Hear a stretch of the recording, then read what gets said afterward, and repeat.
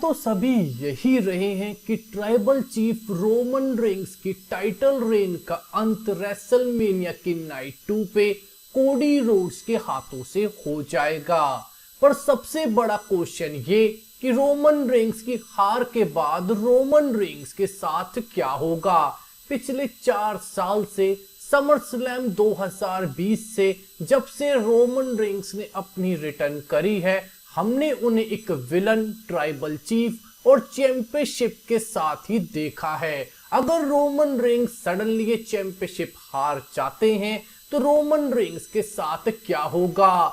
दोस्तों, 3 चीजें Roman Reigns के साथ होनी तय है अगर रोमन रेंस अपनी चैंपियनशिप हारते हैं। दोस्तों, मेरा नाम है नितिश वशिष्ठ एंड आप देख रहे हैं WWE हिंदी एम्पायर चैनल।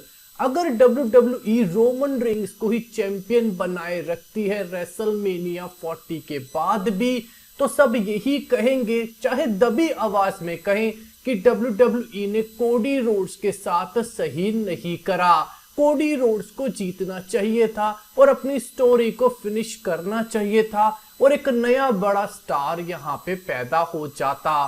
पर अगर रोमन रेंस अपनी चैंपियनशिप हार जाते हैं तो कोडी रोड्स की स्टोरी तो फिनिश हो जाएगी, पर WWE एक इमोर्टल गॉड, रेसलिंग गॉड बनाने से चूक जाएगा। यानी कि एक ऐसा रेसलिंग आइकन जो John Cena, the Rock, Batista, Undertaker, Kane जैसे बड़े बड़े लेजेंड्स के जाने के बाद WWE को स्टिल ऑडियंस दिलवा सकता है। पर अगर रोमन रेंस हारे तो उनके साथ ये 3 चीजें जरूर होगी। रोमन रेंस अपने आप को ट्राइबल चीफ नहीं कह पाएंगे, क्योंकि tribal chief head of the table होता है, अपनी पूरी फैमिली को उसी पे रिलाय होना होता है। और अगर मैं WWE को एक फैमिली मान लूं, एक कंपनी मान लूं, यानी कि रेवेन्यू जनरेट करने वाला स्टार, वो रोमन रेंस नहीं रहेगा। WWE रोमन रेंस के नाम से नहीं चलेगी, वो चलेगी कोडी रोड्स के नाम से।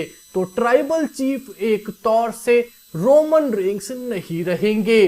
दूसरी चीज, रोमन रेंस जो अभी भी एक पार्ट टाइम सुपरस्टार के तौर पे ही हमें दिखते हैं, उनकी काफी लंबी ब्रेक हमें WWE से देखने को मिलेगी और वो एक परमानेंट तौर पे पार्ट टाइम सुपरस्टार बन जाएंगे। अभी तो रोमन रेंस को अपने टाइटल को डिफेंड करने में हर दूसरे या तीसरे पेपर व्यू पे आना ही पड़ता है, पर रोमन रेंस के हारने के बाद रोमन रेंस को ये नहीं करना पड़ेगा। इसीलिए रोमन रेंस सिर्फ मेजर इवेंट्स पे ही हमें देखने को मिलेंगे, जैसे summer slam, royal rumble, WrestleMania, survivor series और एक्सेट्रा।